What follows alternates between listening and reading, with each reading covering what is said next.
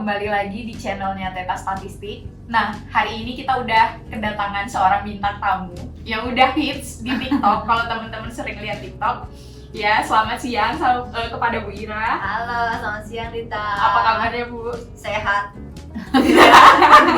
Iya, berseri-seri sekali ya hari ini. Bu, jadi kan awalnya kita scroll TikTok nih, kan juga main-main TikTok nih. Terus kaget, ini kayak kenal nih. Gak tahu Bu Ira. Awalnya Bu Ira mulai TikTok kan kapan nih? Aku itu mulai TikTok kan kayaknya pas pandemi bulan 7 gitu ya, bulan Juli. Itu juga diajarin dan disaranin sama mahasiswa waktu itu. Jadi emang saran dari mahasiswa? Iya, katanya kan aku tuh suka ngasih tips trik gitu buat mahasiswa ngadapin permasalahan mereka seperti apa, mahasiswa sama SMA sih. Kan cuman dulu tuh biasanya ke sekolah-sekolah, ke kampus-kampus kampanyenya gitu ya kan. Penyuluhan. Nah, pas pandemi kan ngapain ya? Maksudnya gimana nih penyuluhannya gitu kan? Susah. Terus kata mahasiswa, "Bu, kalau ibu targetnya remaja main TikTok dong," katanya gitu. Ya kali gue nari-nari TikTok kan aku bilang gitu ya. Terus kata mahasiswa, ya siapa juga yang mau lihat ibu nari-nari, udah tua katanya kan. Ibu tuh bikin kontennya yang edukatif Bu, jadi mereka tuh ngirim-ngirim tuh, Bu kayak gini nih konten yang edukatif katanya gitu. Jadi ibu ngasih penjelasan tapi dengan cara yang ringan gitu ya. Dari situ mulai bikin. Dan sempat dapat award dari TikTok juga ya Bu kemarin? Dapet. Mantap. Tadi dapat 2 kali dan baru ditransfer tadi. Udah 2 kali. Mantap. Tapi awalnya berarti Ibu terjun ke TikTok itu gara-gara saran dari mahasiswa. Tapi ngejalaninnya enak ya Bu? Enak. Jadi kayak setelah ini ya, setelah viral FYP gitu ya. Jadi nagih ya. Oh, coba-coba selanjutnya ketagihan. Iya, karena mungkin rasanya gini, kan kalau banyak yang nonton berarti menarik, ada yang ngebutuhin gitu ya. Kalau terus aku lihat dari komen-komennya, wah, yang aku kira sesuatu itu hanya biasa aja, ternyata bagi teman-teman mahasiswa atau yang SMA itu ya di luar sana tuh itu info yang penting gitu loh, yang selama ini mereka nggak tahu tentang hal tersebut. Nah itu jadi semangat kayak, apalagi yang perlu diinfoin gitu. Tapi salut sih gimana Ibu beradaptasi sama teknologi. Oh iya. Iya, emang harus kayak gitu sih. Iya sih Bu, emang harus kayak gitu. Kita harus adaptifkan sama apa yang ada. Apalagi sebagai seorang dosen. Oh iya, dulu waktu masih kuliah, kita pertama kali kenal Kahoot itu gara-gara mata kuliah Ibu. Oh iya ya, sebelum musim pandemi kan, kita udah main Kahoot, main apa lagi? Terus dapat beng-beng hadiahnya gitu. Oh iya. Itu metode belajar yang asik. Nah, jadi hari ini yang mau kita bahas itu adalah terkait masalah skripsi, tapi yang pengen kita bahas itu masalah gampang lulus atau lulus tepat waktu ala Ibu Ira, dan juga masalah menghadapi dosen pembimbing.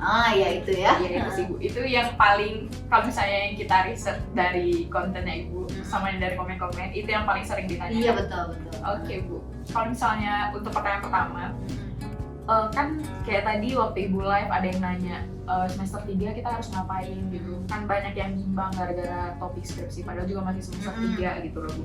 Sebenarnya kalau misalnya dari tips dari Ibu untuk mendapatkan topik skripsi itu apa yang harus dilakukan? Pertama, nah ini kan mungkin pertanyaannya biasanya banyak. Sebenarnya aku harus mikirin skripsi itu dari semester berapa sih? Apakah lebih cepat, lebih bagus? Lebih cepat, lebih bagus enggak juga. Jadi ada waktu yang tepat. Biasanya aku nyaranin semester 5 udah mulai berpikir skripsi karena ada mata kuliah metode penelitian. Semester 3, ini banyak nih yang semester 3 udah mikir skripsi. Semester 3 itu fokus di kuliah aja dulu sama nyari organisasi, ikut organisasi atau ikut lomba. Nggak menang nggak apa-apa, jadi yang penting tuh portofolio. Terus kayak kita pernah menguji seberapa jauh sih kadar kompetisi kita, kemampuan kita gitu. Keberanian juga ya? Betul, itu ngelatih hal-hal soft skill. Nah semester 5 udah mulai nyari-nyari topik. Nah yang ini biasanya ketakutan kita itu takut googling. Ini aku bilang ya, googling itu, nyari di Google itu legal, itu sah, itu boleh banget. Karena biasanya yang dilakukan tuh banyaknya hanya melihat skripsi-skripsi kakak tingkat. Akhirnya kan judulnya kalaupun di ACC gitu-gitu lagi, atau jadi bingung, Bu meneliti ini udah pernah gitu dan lain-lain. Nah jadi karena takut ya, cari aja pada di Google Scholar, di Google itu namanya nyari inspirasi gitu loh. Itu yang bisa dilakukan sih menurut aku ya. Sebenarnya saat mahasiswa itu takut googling, apakah dia takut melakukan plagiasi atau gimana sih Bu? Nah mungkin itu ya takut plagiasi, tapi sebenarnya nggak plagiasi kok. Kalau kita tuh ya tadi ya, sebenarnya tekniknya itu kan ATM, amati, tiru, modifikasi. Jadi kita tuh lihat dari judul orang, oh bisa NLP gini ya, kayaknya aku mau ngambil nih pola judulnya dia, tapi yang aku teliti kalau di masalah aku nih variabel X-nya aku ganti, Y-nya aku ganti, misalnya gitu ya. Jadi kita modifikasi dari situ itu boleh banget loh. Jadi jangan ketakutan. Plagiat sendiri itu bukan tentang judul, plagiat itu tentang apa yang kalian tulis di sana. Kalian nggak mau mikir, ngambil dari orang apa adanya, plek gitu copy. Jadi itu yang dimaksud plagiat. Jadi jangan takut ya. Jadi googling itu adalah nyari inspirasi. Itu juga kalau googling itu berarti kita sama dengan kayak literatur review ya? Iya betul, jadi boleh banget gitu. Oke, nah itu tadi kan terkait sama topik. Kalau misalnya metode, kan teman-teman tuh waktu di kuliah dulu banyak yang bilang kalau aku maunya kualitatif aja deh, soalnya aku nggak bisa ngitung. Aku maunya kuantitatif aja deh, soalnya aku males ngetik banyak-banyak. Ada juga yang kayak gitu. Sebenarnya yang paling tepat itu kita menentukan topiknya dulu, lalu metode, ataukah emang kita seretnya sama kuantitatif nih? Kita maunya kuantitatif, tinggal cari topik. Sebenarnya yang mana Bu? Yang betul tuh nyari permasalahan dulu ya. Boleh topik ya. Jadi artinya apa? Kalian kayak punya bidang tertentu yang ditertariki itu apa.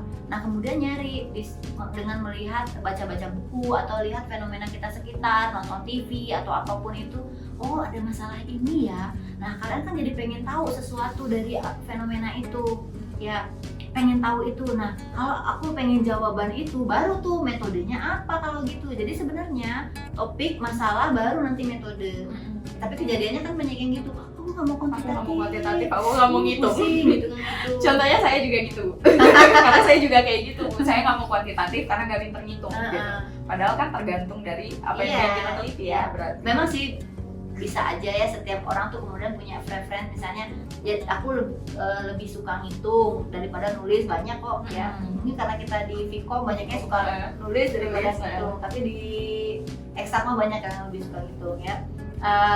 Ada ya jadi preferensi itu boleh aja, tapi ya tadi jangan sampai di awal kita udah enggak aku nggak mau itu gitu ya, nggak mau statistik, nggak mau kuantitatif, atau enggak aku nggak mau kualitatif, nanti harus tebal. Jadi jangan. Iya kebanyakan kayak gitu sih. Nah kalau misalnya itu tadi masalah kedua metode tadi, sebenarnya terkait metode kuantitatif dan kualitatif, hal penting apa sih Bu yang sebenarnya harus kita pahami di antara kedua metode itu? Oke, jadi kalau yang pertama itu kita tahu permasalahannya apa, terus untuk permasalahan itu kita menggunakan metode yang mana, lalu metode itu nanti mengumpulkan datanya seperti apa, baru kemudian analisisnya bagaimana. Itu yang harus kita ketahui sebelum kita memilih metode. Jadi memang kalau kita mau menggunakan satu metode ya, misalnya kita di kuantitatif ingin metodenya korelasional gitu ya, tapi kita memang harus baca dari semua metode yang ada di kuantitatif, itu kita harus baca supaya kita bisa menemukan yang tepat apa. Sama di kualitatif juga udah ada sekian jenis metode ya, jadi kita harus baca semuanya untuk menentukan yang mana yang akan kita pilih. Berarti penting untuk teman-teman nggak skip di kelas kuantitatif dan kualitatif teman-teman. Ya di Metopen ya. Iya. Itu jangan sampai skip ya teman-teman, karena itu hal yang penting yang digunakan untuk mengasah untuk sebagai alat pemotong. Kalau misalnya jatuhnya untuk alat memotong penelitian kamu tuh topiknya apa. Misalnya kamu punya apa ya, misalnya punya steak. Kamu harus menentukan apakah memotongnya sama pisau atau sama kapak gitu kan, nggak mungkin. Jadi kamu harus tahu untuk memotong apa yang di piring kamu tuh dengan alat potong yang tepat. Ya. Itu, jadi metode itu ibaratnya alat potong gitu ya. Iya. Kalau misalnya semua bisa digunakan untuk mengatasi sebuah permasalahan, tapi yang mana yang paling tepat? Iya, yang paling tepat. Karena nggak mungkin untuk memotong kayu sama pisau steak gitu kan, nggak mungkin gitu ya Bu. Perumpamaannya bagus. Iya sih Bu. Nah terus kalau berdasarkan pengalaman Ibu nih jadi dosen pembimbing, masalah yang ada di mahasiswa saat mengerjakan skripsi itu masalah apa aja sih? Pertama itu yang susah manajemen waktu. Karena kan kalau skripsi itu udah self directed banget ya, kalian mau ngerjain rajin boleh, kalian nggak ngerjain nggak ada yang marahin gitu kan. Kalau dosen hanya bisa memantau ketika kalian bimbingan, orang tua juga nggak bisa lihat langsung, jadi itu yang menyulitkan adalah manajemen waktu dan kontrol diri. Terus biasanya yang dihadapi juga mungkin ya yang paling banyak tuh adalah bukan yang paling banyak, yang lumayan banyak gitu ya, kesulitan mungkin ketakutan sama dosen pembimbing atau memang dosen pembimbingnya yang kurang kooperatif. Itu juga memang masalah yang harus ya mau nggak mau saya akui juga gitu. Ada lagi? Kalau yang berikutnya adalah kebingungan ya, nggak paham harus ngapain gitu. Bisa jadi karena apa ya, jadi kan yang namanya tadi ya metode itu banyak, fenomena itu banyak, terus saya harus gimana, jadi nggak punya teman diskusi itu bisa juga. Makanya paling enak tuh kalau kalian ngerjain skripsi punya circle buat ngobrol bareng gitu, jadi ada teman yang bisa ngasih masukan, karena kalau enggak tuh kayak blunder sendiri gitu loh. Ini apa sih gimana gitu ya, kalian gitu bingung sendiri gitu ya Bu. Itu sering ya, itu biasanya beberapa permasalahan yang ada tuh. Tapi ada lagi nggak Bu terkait kebingungan mereka yang lain? Yang terutama itu sih ya yang banyaknya. Yang lainnya kan teknis, kayak yang paling banyak misalnya kalau kuantitatif tuh, aku kan kalau kuantitatif menguji teori ya. Teorinya apa gitu, udah ngajuin ke dosennya, bukan, kata dosennya cari yang lain, nyari lagi apa gitu ya, biasa itu nyari teori juga bisa. Itu berkaitan sama teori, berkaitan sama manajemen waktu, dan juga apa tadi ya, teori, manajemen waktu, sama rasa takut berhadapan sama dosen. Sama ini sih sebenarnya yang paling susah di awal tuh, kadang pas mau sempro ya, judul di ACC itu sebuah langkah memang. Sampai judul di ACC tuh kayak perjuangan tersendiri gitu. Jadi kalau udah judul di ACC tuh kayak udah yes gitu, kayak udah hampir sama berasa lulus gitu ya, karena seperti itu. Alhamdulillah kalau kita bisa menemukan di beberapa kampus, atau sebenarnya banyak juga kok dosen yang di saat seminar proposal itu ngasih arahan. Jadi kalaupun nggak bisa, harusnya kamu gini. Ada banyak kok yang seperti itu. Tapi ada juga, kamu kok neliti ini nggak bisa, ada yang dilepas, terus anaknya yang bingung, terus aku harus neliti apa itu. Bu, ada yang pernah, Bu aku tuh udah kayaknya bolak-balik 6 kali ngajuin judul ditolak, terus dosennya nyaranin apa? Enggak Bu, nah gitu juga ada. Nolak aja. Nolak aja. Itu salah satu kesulitan juga emang Bu. Terus salah satu hal yang saya temukan waktu kuliah dulu, ada demotivasi Bu. Dimana emang ya benar-benar nggak pengen ngerjain gitu Bu, emang motivasinya nggak ada gitu. Kalau tips dari Ibu, atau pernah nggak Ibu menghadapi mahasiswa Ibu yang kayak gitu? Mereka gimana sih Bu? Jangankan menghadapi mahasiswa, aku sendiri juga pernah. Oh berarti Ibu Ira juga